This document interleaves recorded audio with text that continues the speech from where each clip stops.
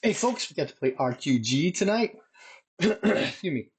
We actually got a new player, and one of our players came late, and we had one player not show. So we had a full house still. Um, we're level 4. When Jarstakos followed the one guy who was running, calling for help, he ended up running into some help coming for him. So he pulls back. Oh, he, he he fumbled his listening roll, so we heard something. He turned something behind him, kind of thing, and then the guy with the spears at him, and there's more guys coming through the hallway across from him in the darkness. There's a pit right in front of him. He made that saving throw, so he backs up. Well, he defends, and he uh, disengages. Next round, he runs back. People start coming around, and so it's kind of a standoff down this little hallway with the bad guys at one end and the party on the other. Um, Essentially sniping. Essentially, now one of the bad guys had fire arrow, and that was pretty cool. He did some nasty damage. Now I changed the fire weapon rules for my Glorantha because it didn't make sense to me that a dagger with fire blade on it the same as a great sword with a fire blade on it. So I did some mathematics somewhere, and I figured, okay, you do the weapon damage plus 2d6 of fire. So with a fire arrow, composite bow, d8 plus 1 plus 2d6. So it did some damage. It took Miriam's leg out and hit somebody else. I don't remember now. But anyway, so Miriam went down early on, and then there's lots of disruptions going back and forth. The bad guys did try to demoralize at least once. But then Miriam sent her fetch down to engage the archer in spirit combat, and so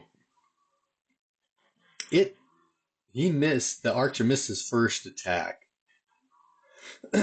where the fetch did, I think, max damage, like 7 points max damage, and so that wiped a lot of his magic points out. So he freaked out. So the whole bad guys say, okay, let's through all disruptions at the spirit to do damage to it, take where its magic points down while he continued to fight. Eventually, they brought it down to 0, so the fetch went back to spirit realm. Well, anyway, at that point, somebody else had come forward, and he summoned a fire elemental. And I do my fire elementals different as well. My Glorantha varies, because if you can take a small elemental with 2 to 7 hit points, and you can take a broadsword to it, 2 rounds is gone. I wanted my elementals to be a little more dangerous than that, and so in my Glorantha, only magic, like spirits, hurt elementals. I like spirits. Magic hurts elementals like magic hurts spirits. It's only magic that hurts them, right? So, but their attacks, even if they're not magical, are considered magic, right? So it's a magical fire, magical water, they get hurt. So elementals can destroy each other. So that comes down to it. But anyway, he sends it out there. And if you do the live play stuff, it's in the description. And I had missed the fact that it shows up on strike rank 12 rather than on strike rank 1 like it was cast. So the guy had been there long enough that he could have cast it at the end of the last round. So on 12, it shows up. At that point, though, because the bad guys all got large shields and they're covering left arm, chest, abdomen, and head. And I used the RQ3 missile spell chart. So, 11 to 7 to 15. Yeah, 7 to 15 is abdomen and chest, right? Of course, you're going to protect your head too. So they're hitting shields left and right with all their arrows, and they've got rid of the composite bows, so they're only doing a D8 plus 1. It's not going to get through a large shield unless you can get an impale or, well, crit doesn't really affect shields because they have hit points, not armor points. But they would impale. But anyway, they finally got tired of that. So they decided, okay, we're going to not charge, but they were, no, Stakos. One of the guys turtled up behind his shield, peeking around, step forward, peek around. And then Stakos got tired, so he charged up. They move up, they all come around. But the elemental was there, so they're coming up and, okay, come around the elemental. There was one attack with a spear. And so he starts calling out, hey, use your blade sharp. Use your blade sharp. It takes magic. There are a couple of guys with blade sharps. They're attacking at it. It got hit a couple times. And then there was a discussion of command cult spirit versus command cult spirit. So I looked up in a Book of Red Magic to see if they might have actually discussed that kind of thing. I couldn't find it. But when they summoned it, the summoner summoned it and had command elemental at the same time. He cast both. So he's got control of the elemental, kill the humans. And so the thing is, well, if I've got command cult spirit and I'm Yelming, can summon fire elementals, can I use my command cult spirit to control that elemental? And at first I thought, well, that makes some sense. It reminded me of that Star Trek episode with the Grecian gods kind of thing. controlling the one servant guy. That kind of envisions that in my head, but they actually have, no, it was dismiss magic. They want to try. I cast dismiss magic on the elemental. No, there's a dismiss elemental, a specific kind of spell, so no, it wouldn't work. And then the whole command elemental thing came out, so that's something I'm going to have to dig into a bit. But the command elemental, the command cult spirit, you do a power versus power roll of you against the spirit. But what if somebody else is already controlling it? Shouldn't it be your power against their power? That's what I'm kind of thinking. Otherwise, it's, can I control the spirit or not?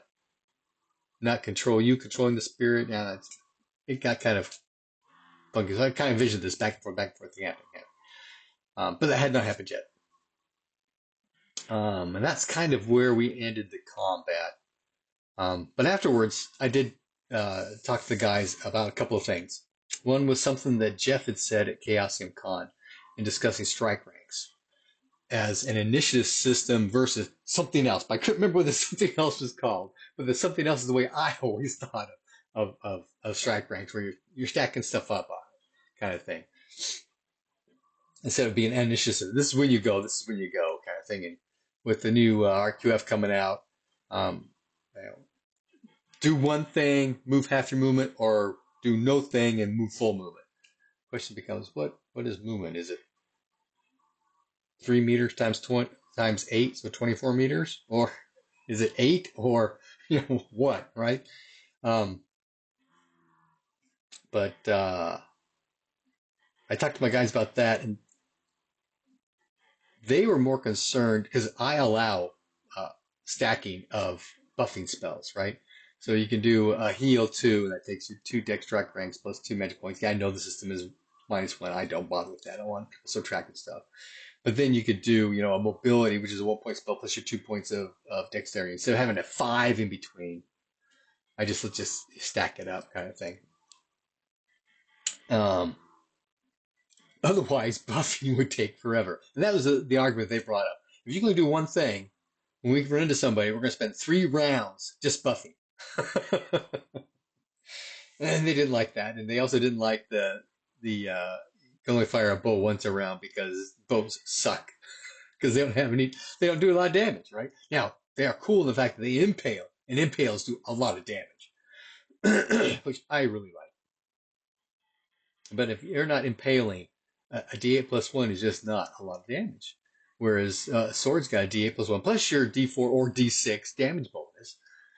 Now, either could have blade sharp on them. Either way could happen, kind of thing. So, and there's some bonus there, but generally missile weapons. First, if you're firing in melee, you've got that whole firing in melee mechanic that's is a pain to deal with, especially if you're doing dungeon delving kind of stuff, which unfortunately most of my material is that way, so we're doing a lot of that. And so they kind of said, nah, let's not do that. But then I also brought up the way that RQ3 did combat, at least the way we remember it doing combat, the fact that if I do an attack, my defense severity subtracts from it. So if I get a critical success and I get a normal parry, it makes it a special success against. No. If I do I did a special parry would decrease the critical attack to a special attack, but it'd be a normal parry, so it's just damage into the thing. Instead of doing this 5x5 matrix thing, right? You just decrease the severity of the attack based upon the defense. The severity of the defense. Because I know when I was doing the 5x5 thing, I believe in conservation of energy, right? So if I am doing 12 points of damage or if I'm doing 15 points of damage to a shield, it sucks up 12, that leaves 3 left over. The 3 left over. Normally 1 goes down, so it goes down to 11. 2 go through to damage the body, kind of thing, right? But there's a thing in here somewhere where it talks about you do damage to the shield and that much goes through. And go, I don't think so. So I just start splitting in half. Half of the shield, half on through. And this whole severity thing kind of eliminates doing a lot of that. But anyway, that's how we're playing. How are you playing? Happy gaming.